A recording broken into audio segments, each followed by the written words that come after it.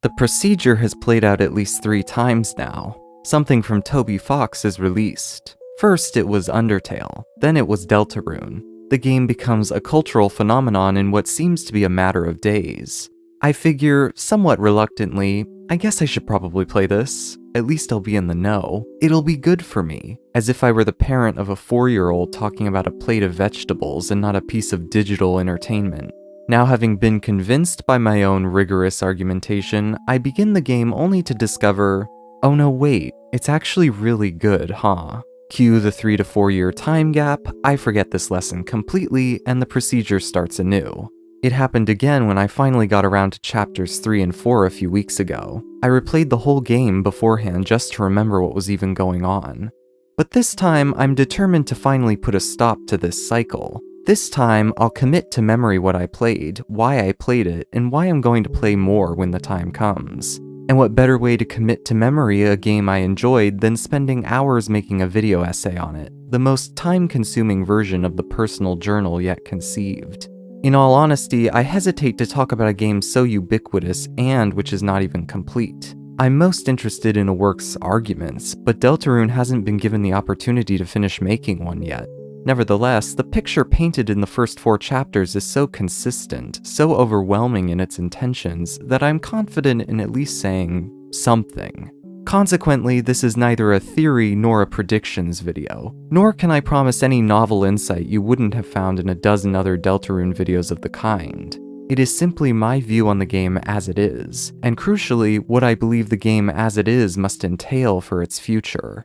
With no disrespect towards Undertale, it's legitimately impressive how much of a leap in quality Deltarune is. As a game, as a comedy, as a piece of drama, it is so much more involved and affecting. The separation between a light and dark world is the most obvious way the game attains dimensionality. The dark world largely follows the conventions set by Undertale, and though comparatively little time is spent in the light world, it is still essential to the proceedings. It gives a majority of the characters double lives, asking us to consider and compare the two and what they mean for our cast's ambitions. That's not to imply the light world is lagging behind. Chapter 4 has successfully imbued an additional layer of intrigue, building out a secret conspiracy within the town, implicating its highest positions of authority that our teen protagonists must work to uncover. Deltarune's light world imitates the small-town thriller, a staple genre for many TV shows and movies, from Twin Peaks or more recent examples like Stranger Things. The 2 versions of Deltarune offered by its 2 worlds make for an odd yet effective pairing. It speaks to Deltarune's versatility that I'm eagerly awaiting more light world dramatics in future chapters, despite these sections not having much in the way of gameplay. It also speaks to the ways in which Deltarune understands the cultural moment, not merely through its choice of genre or ready adoption of internet slang, but by demonstrating a considered perspective on the medium it's playing within. Deltarune's particular interest as a story is no secret. It's the first little prank the game pulls, having you design your own avatar with unique preferences, only to delete said avatar and remind you, no one can choose who they are in this world. This sentence, about the ability to have agency over one's life, is what propels the first chapter, and Deltarune as a whole. Not but a few minutes later, Susie reminds us of this important lesson when asking us to agree to do our group project for her. Don't bother answering. If you haven't gotten it by now, your choices don't matter.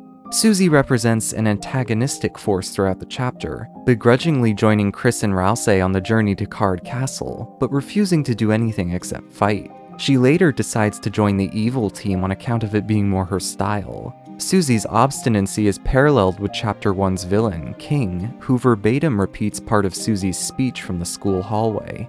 King, Susie, are bullies who strip people of choice to get what they want. It's clear Deltarune would much rather get Susie to align with Rousey's perspective. Instead of denying autonomy, Rousey takes on an opposing point of view, a journey foretold exactly by the prophecy. But Chris, I believe your choices are important too. This world is full of all kinds of people, Chris. In the end, how we treat them makes all the difference. Now, Deltarune will later reframe Rousey's speech to reveal another deficit in agency, that Rousey believes in opposition to Darkners, only Lightners are granted the benefit of choice, but at least in Chapter 1, the meaning is clear. Susie and Chris have a say in the matter should they desire it. they only need to reach out and grab it. Chapter 4 is even more explicit in its handling of this idea. Rousey reveals the weight trying to fulfill the prophecy is placed on his shoulders, especially knowing that what the prophecy says is undesirable. A prophecy, in offering an immutable path, seemingly gives our heroes little choice. Gerson spends the chapter trying to convince the party to think in different terms. Stuck roaming a corridor on the way to his study, Gerson shatters a piece of the prophecy to reveal a hidden passage. Well, we were following the prophecy so closely, I couldn't see quite where I was going. The scene succinctly makes the game's argument. If you follow what's written too closely, you'll lose sight of the alternate possibilities lying just beyond the words. What is written is only set in stone so long as you allow it to be. Eventually, Gerson's encouragement to draft a new ending to the prophecy sticks, Susie committing herself to doing just that by chapter's end. So we've gotten clear about the game's opinion on prophecy. In creating a calculable end, prophecy robs people of choice, placing them in assigned roles based on superficial archetypes. But why the fixation on this subject? It is because Deltarune's emphasis on choice reflects a broader anxiety relating to expectations and stereotypes. Lancer must deal with his conflicting feelings when he begins to enjoy spending time with Lightners, against his father's very clear commandments. Lancer is supposed to be the villain in the story, so how can he defy this role? Susie repeatedly wrestles with exhibiting behaviors that don't match her rough and spiky personality. Such a personality should be in the business of fighting, and so it takes until the end of Chapter 1 for her to finally be convinced of acting's virtues. Such a personality does not spend her time playing piano, so she smashes them instead. Such a personality does not heal, they do damage. So Susie shouldn't waste time trying to do activities she isn't supposed to do, because there will always be someone around her more suitable to the task, someone more fitting of the archetype. Birdley attaches himself to Noel so he can maintain the town's image of him as the smart kid, but in reality he finds this burdensome. It is almost a certainty Noelle is being weighed down by her mother's expectations in a similar vein, though the specifics of this remain unknown as of Chapter 4. Rousey believes it is the purpose of Darkners to please Lightners, and that any further consideration for Darkners' well-being is misguided and unnecessary. Rousey criticizes other Darkners for attempting to circumvent this supposed reality, explaining why King was the primary antagonist of Chapter 1. Even while Chris and Susie encourage developing personal interests, Rousey finds the assignment confusing, a conflict which becomes the focal point of Chapter 3. To deal with the weight of these roles, the characters begin to recede inside themselves. They must avoid others so no one finds out what they're really like, that they don't match the stereotypes they should. Lancer claims to leave the party permanently on approach to Card Castle, knowing he can't be seen with Lightners in his father's abode. Susie's abrasive behavior ensures no one will want to work alongside her, causing her to get picked last, if not left behind altogether. Noelle struggles to tell others what she wants and how they make her feel. And when these characters become more insular, they begin to fantasize, to dream of dark fountains, worlds they can forever exist in as their true idealized selves. Birdley pins this as the exact reason for teaming up with Queen, to create a world where he and Noelle can remain the smartest in their class. At the end of Chapter 2, even knowing the dangers, Susie wonders whether opening more fountains is really such a bad thing. If they can make people feel happy, why go around closing them up? Deltarune argues the dark fountains are masks for insecurities. They can be tools to shape and model different versions of ourselves, the people we would rather be, but indulged with for too long, they begin to expand and overflow, creating catastrophes well beyond their scope. Rousey describes the Titans, the result of an inundation of darkness, as the primal representation of fear, of imperceptible things hidden in the dark. It is, in effect, a fear of the unknown, and what is more unknown than a path not set out by prophecy? Susie and company may not like who they have to pretend to be, but there is at least a certainty in following the written path. But if they truly want a choice, the ability to overcome the expectations placed upon them, they must be willing to defy destiny and walk beyond that unknown. They must be willing to overcome a Titan. Deltarune has another interest, both essentially related yet distinctive from choice. But to really understand it, we first need to take a step back. What is the point of a video game? What are they trying to elicit, and why choose this medium specifically? Seems like a difficult question. Probably because it is. I've often looked towards other mediums for answers. Roger Ebert famously described movies as empathy machines, in that they give us an opportunity to experience viewpoints wholly different from our own, in the best cases cultivating a more holistic perspective on the people around us, rather than being stuck as ourselves day after day. I have often wondered if video games behave the same way. It might seem like an unequivocal yes, right? Instead of merely viewing an alternate perspective, games offer us a chance to embody one, feel what it's like to live in that perspective. Video games offer the potential to turn empathy into an active process. Under that light, maybe games make for even better empathy machines than movies. I'd like to believe that, but I'm not sure such optimism is justified. What these mediums can offer on paper doesn't necessarily translate to what they offer in practice. Look no further than movies and TV. Critic Darren Mooney has described, as a consequence of studio restructuring, streaming, and the attitudes of industry leaders, the rise of a particular consumer sentiment towards creative products, viewing them not as artistic endeavors but as something more akin to a service industry. He argues that the fragile balance between creative and financial motivations with respect to mainstream media has dramatically shifted towards the latter, creating a dynamic in which studios make products primarily designed to appease fans, and fans in turn expect to see more of this pleasing material at regular intervals, not unlike driving up to your local McDonald's for takeout. Importantly, Mooney also argues that some of this consumer entitlement has been learned, studios often directly signaling that these products were created with their audience in mind.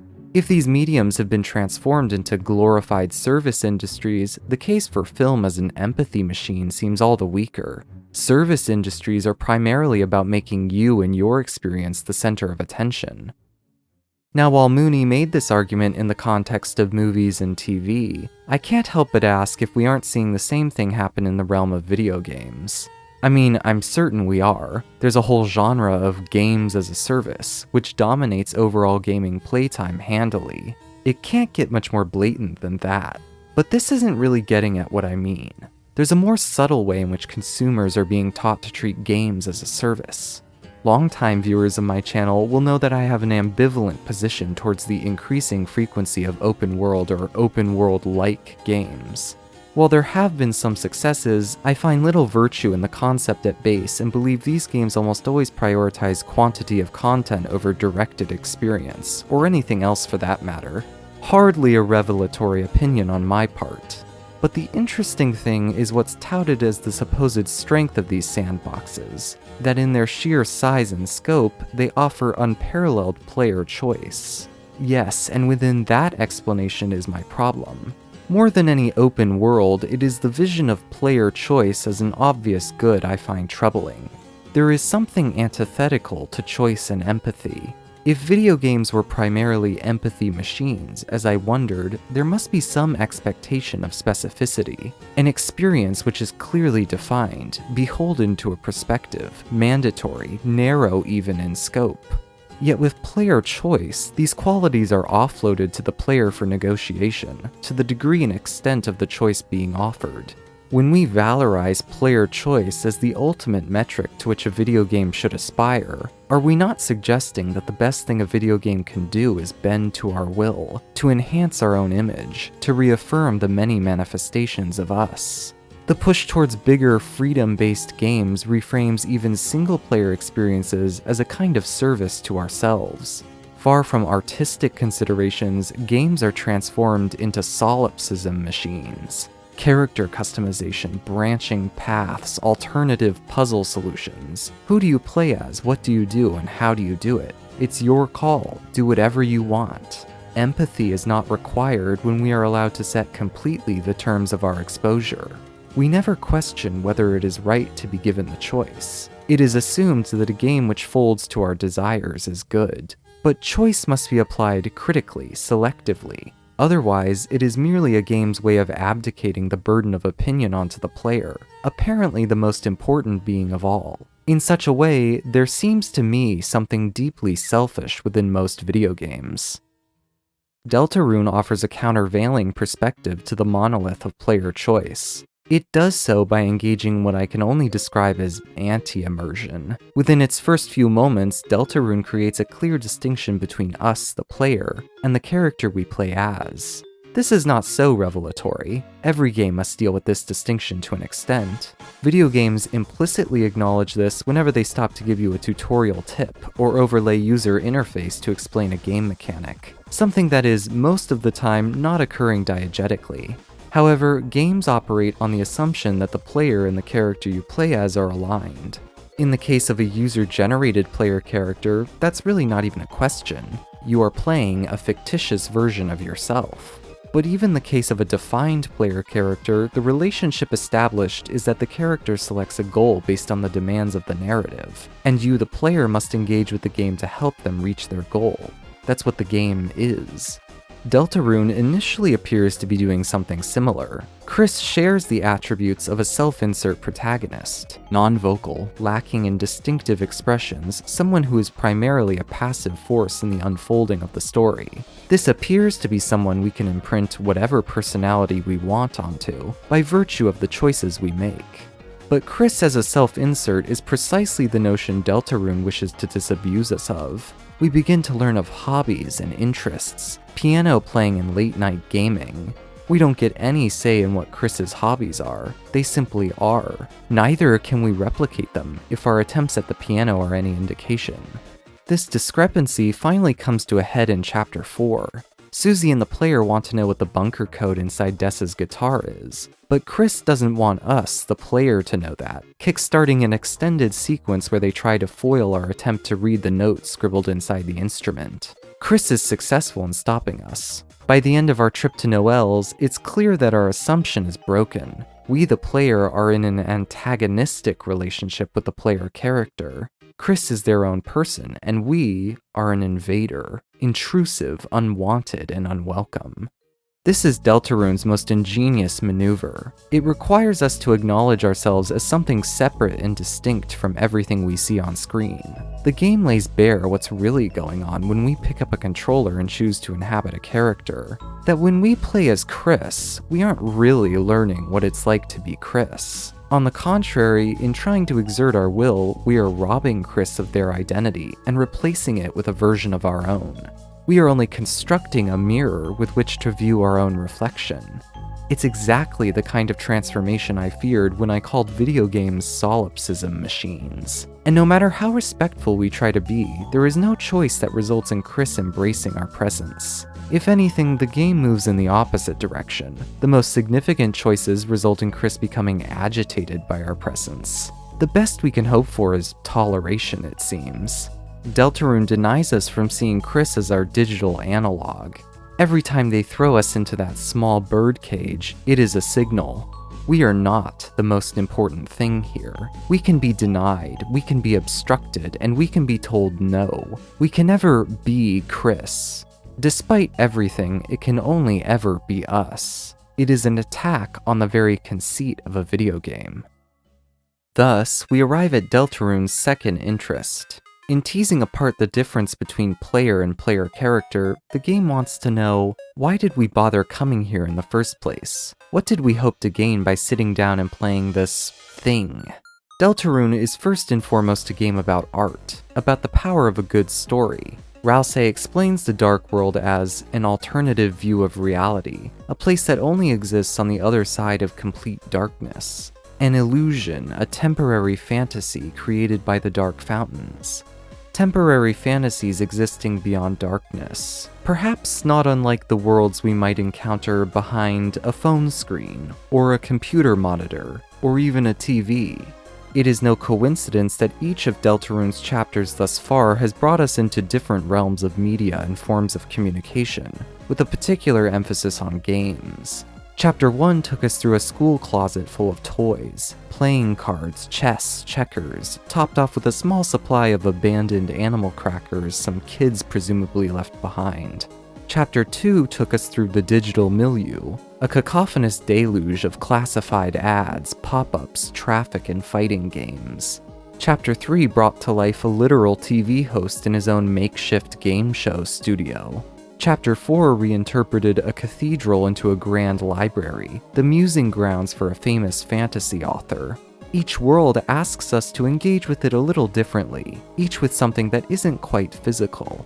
An arbitrary rule set, abstracted blocks of code behind a sprite, or vistas described by nothing more than words, all of which vanish when reality takes precedence.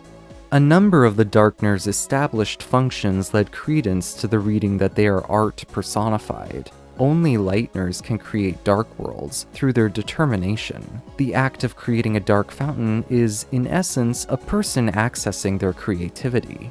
Darkners exist within the context of a specific dark world. Once they're taken out of that context, they cease to function properly, slowly petrifying.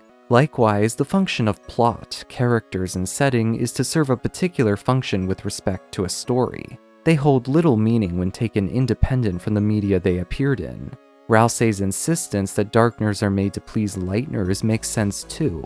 Darkners are entertainment. It's not just a matter of fun either. Stories which scare us, gross us out, or make us cry, that is entertainment of another kind. Dark worlds not only reflect the place in which they are created, but also change by the will of the creator. They may overlap in many ways, but each dark world is unique to their respective Lightner. This speaks to the interpretive nature of art, the role subjectivity plays in understanding these fictions. Given that Darkners are fictions, then, it at first seems obvious the direction Deltarune is taking. The prophecy at the heart of the game deals with the light world being overrun by dark fountains, a land trapped by the very stories they enjoy. Maybe then, Deltarune is a warning about the dangers of letting ourselves become so consumed by fantasy we forget about the reality around us. This seems plausible. After all, was this not the same idea Undertale left us with in the pacifist route? Well, I can't say definitively that's not where the game is going, but there's a lot of signs pointing to a very different conclusion. While Chapter 1 nominally told us it was about choice, this more metatextual understanding of Deltarune as a game about fiction is where the chapter truly shines. When Susie and Chris first enter the Dark World, things don't go according to plan. Rousey invites us to participate, but Susie is not bought into the fiction. Anyways, Chris, if you want to play pretend with this weirdo, stick around. Susie does not want to deal with any prophecy or adventure. She jokes about how the world ending might be fun. She doesn't care to connect with any of the people on the way to Card Castle. She only cares to swing her axe at them. The only thing Susie makes clear is that she just wants to get out of here as quickly as possible and for the whole thing to be over. Rousey begs her to play along. Chapter 1 is an extended plea for Susie to take the story she's in seriously, to make herself vulnerable enough to become invested in its outcome. King is the villain for this exact reason. He warns Lancer not to get too attached to the Lightners. They don't really care about Lancer. To form serious emotional bonds is an error, a recipe for betrayal. What is needed to survive is a cool, ironic detachment. The very same plague that Gerson claims poisons a story. If Chapter 1 is to be believed, Deltarune is arguing for an enmeshment with fiction. Rousey is a striking character in this regard. Theories abound as to whether Rousey is a secret villain, but the truth is he's already been Deltarune's most consistent ideological opponent. Rousey is wrong a lot, and often very loudly. He upholds a rigid devotion to the role of a Darkner, curating aspects of himself purely for the benefit of Susie and Chris. In Chapter 1, we almost lose to King because Rousey will not condone any violent path as a means to continue. He is trying to foist one correct reading, his reading, onto the story. Most importantly, Rousey does not believe he has any inherent value. At first, he slowly warms up to the idea of developing himself. In Chapter 2, he reasons that acting authentically, not consistently, is the key to being a good friend. But in Chapter 3, he turns this logic back around on himself. Friendship is also a responsibility, a commitment, and because it is impossible to fully commit to Susie and Chris as a Darkner, he can never really be a true friend. Therefore, should it come to pass that Susie or Chris would have to sacrifice something of themselves for Rousey, they should just forget about Darkners and make some real friends, okay? Rousey's perspective most closely matches my original interpretation for the Dark Fountains, that we shouldn't let ourselves be consumed by fiction. But he's clearly incorrect here, right? That it's deeply sad Rousey lives inside a barren room who holds mentally taxing secrets all to himself because he desperately doesn't want to impose on anyone. This is what makes Chapter 3 so excellent. While Rousey denies his own value, the entire chapter works to undermine his argument. I can't overstate how brilliant Tenna's Zelda-like boards are. The games themselves aren't really the important thing as much as the context surrounding it is. The Zelda Susie and Rousey don't behave like pliant NPCs, they imitate their own character. Susie wanders across the map in aimless, haphazard directions, throwing objects and occasionally trolling us. Rousey follows us slavishly, attempting to uphold his Darkner duties.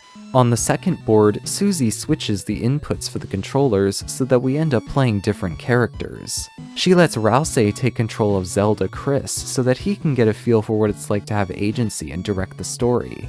In this state, we can't do very much. Since only Zelda Chris can move screens, we, the actual real-life player, become beholden to Rousey's whims.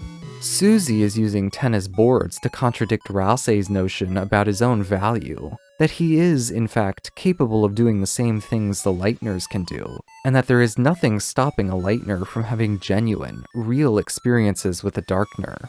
At the same time, Deltarune is using Tenna's boards to mediate the same argument between us and itself. The boards provide an uncanny simulation of local couch co-op, and by negotiating play in the way Susie does, by having the characters act in ways orthogonal to our interests, Deltarune forces us to consider Susie and Rousey as behaving closer to real people instead of the NPCs they actually are. Maybe it's not actual couch co-op, but you could imagine Susie and Rousey as being on a Discord call, and these boards would play out much the same.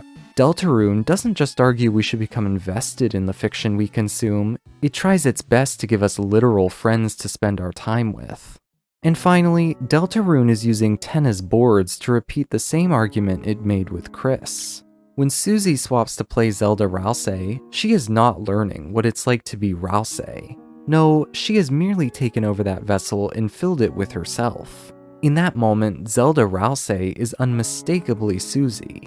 Deltarune continues to reject the idea that playing as a character is the same thing as embodying or understanding them. In the same way, the most I've ever understood Rousey's point of view is when I became positionally identical to Rousey, when he takes control of Zelda Chris. Notably, Zelda Rousey's position is defined by a lack of autonomy on the player's part, which I suspect is the point. The people and things we learn to connect with are precisely the things we do not have control over. This is what makes Deltarune so great. It shows us the power of investment, not in a world or lore or abstract facts, but of people and experiences decidedly not our own. We empower ourselves not by evangelizing our own reflections, but by learning to empathize with the fictions surrounding us, connecting with something other than ourselves. Deltarune exemplifies the video game as an empathy machine. So far, I have established two major pillars for the game. One about willpower and choice, the idea that we can choose to free ourselves from the stereotypes and expectations placed upon us. The other pillar is more metafictional, the light and dark worlds becoming metaphors for reality and stories, wherein, through empathy, even complete fictions can inspire tangible change, both to ourselves and the world around us. But you may have realized, there's a conflict between these two pillars. In fact, I'd go as far as to say they're almost totally incompatible. This is because each pillar requires something different from Deltarune, pulling the story in opposing directions. Consider the prophecy of Deltarune. What is the Deltarune? Well, that's a bit of a trick question. Deltarune is Deltarune, as in the video game. The prophecy mirrors the adventure we've gone on because the prophecy is the game. Gerson speaks about rewriting stories through his own work or Dragon Blazers because that is what Deltarune is in relation to Undertale. The game lays out in its script what must occur, the order in which it happens, and who plays a significant part. Deltarune tells the characters the path they must follow. According to the metafictional pillar, this makes sense. Deltarune's central argument is that it itself is a dark fountain we instantiate every time we launch the program. Are you there? Are we connected? These are the first words of Deltarune. The game is reaching out, beckoning us to make an emotional bid, to become invested in falsehoods like Susie the same way Susie cares about Rousey. From our end, of course, there is no difference between Susie and Rousey. They are both Darkners. Notice then that the preceding interpretation suggests a conclusion contrary to the choice pillar. Under this reading of the game, roles are not as set in stone as we think. With a little willpower, we can create any kind of life we imagine. This reading indicates that Rousey will eventually learn self-respect equivalent to that of a Lightner, that the bonds between Lightners and Darkners will grow to be more permanent, perhaps even to the point of cohabitation, and that Susie will be successful in denying the prophecy laid out in the cathedral. Only, if my understanding of the prophecy as the game itself is correct, none of these things can occur. Or at least, they can't occur without Deltarune undermining the metatext which makes the game so powerful. Why can't I talk to Susie? I mean that seriously. When I close the game, why can't I call Susie and tell her what's on my mind? Try answering this question, because what you'll find is that you end up repeating Rousey's explanation of the Dark Worlds to the letter.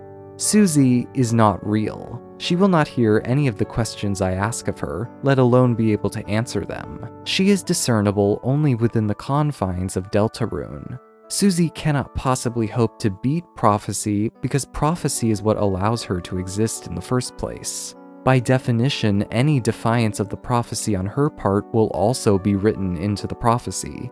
It is one thing for the game to suggest that it is worthwhile to become invested in fiction, but it is another thing altogether to suggest that fiction carries the same exact weight as reality. Will Deltarune try to argue that a playing card is worth as much as a real person? Somehow, I doubt it.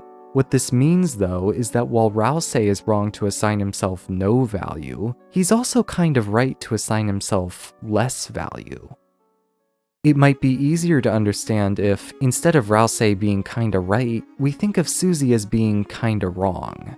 Darkners are, by the game's own logic, interpretive, not objective or material or concrete. They shift and alter depending on who imagines them.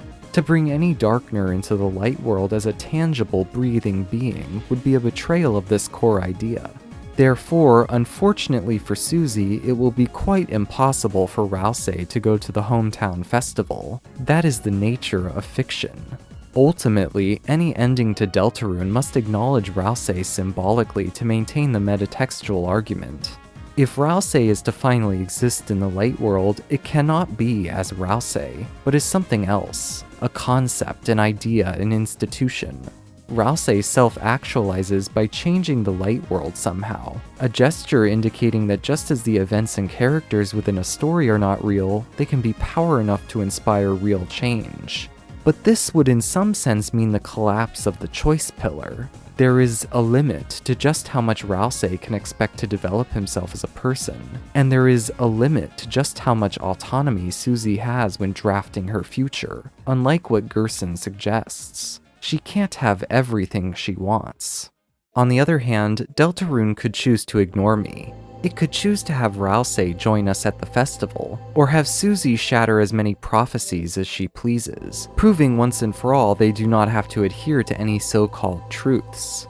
But this would in some sense mean the collapse of the metafiction pillar. Deltarune would no longer be Deltarune, but instead a purely diegetic religion which only just so happens to mirror the events of the game for the sake of the plot. The soul would no longer be a representation of the player, but instead a purely diegetic cosmic entity that only just so happens to enact the totality of the player's desires for the sake of the plot. The dark world would no longer be a metaphor for art, but instead a purely diegetic realm that exists beyond photons of purely diegetic light, which only just so happen to resemble the inner workings of the creative process for the sake of the plot. I'm sure you can tell which direction I prefer. To be clear, I am not criticizing Deltarune. The game is yet to reach the critical junction I've been talking about. Even when it does, I'm not too worried. As I tried to show earlier, it's more than possible to thread the needle here. That being said, Deltarune has certainly made its life harder by selecting this specific grouping of topics. It's worth pointing out that Undertale is not encumbered in the same way. While Undertale features much of the same metatext as Deltarune, the former does not connect its prophecy to its metatext nearly as much as the latter does, so far less scrutiny can be applied in that domain. Yet even if it did, Undertale wouldn't have any problems because the game sees you fulfilling the prophecy as is, not subverting it. The prophecy is made ambiguous enough such that the angel can be interpreted as an angel of freedom or an angel of death, accounting for the spectrum of actions the player can exhibit. Undertale correctly identifies that every behavior defined within the game is necessarily a fulfillment of the prophecy. So despite the game hinting at something different, I presently don't see a way for Deltarune to deviate from the conclusion Undertale arrived at without destroying itself in the process.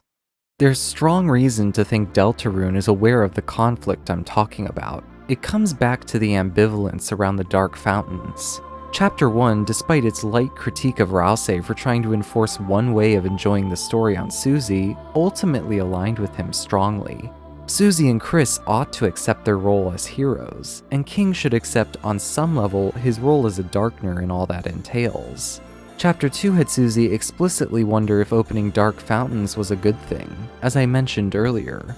But then there's the ending of Chapter 4.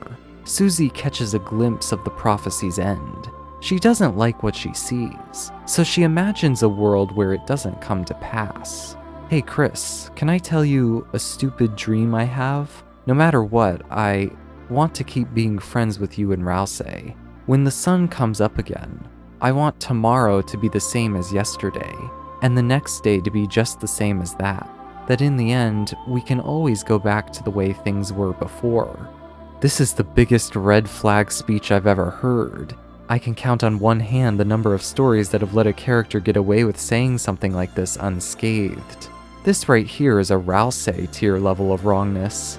It's this idea of forever, the same forever that animated King's purpose, the forever that Tenna wished his audience to be. There is no doubt Deltarune will want to challenge Susie on this idea, to make her realize that her adventures will have to end someday, that she might have to say goodbye to Rousey.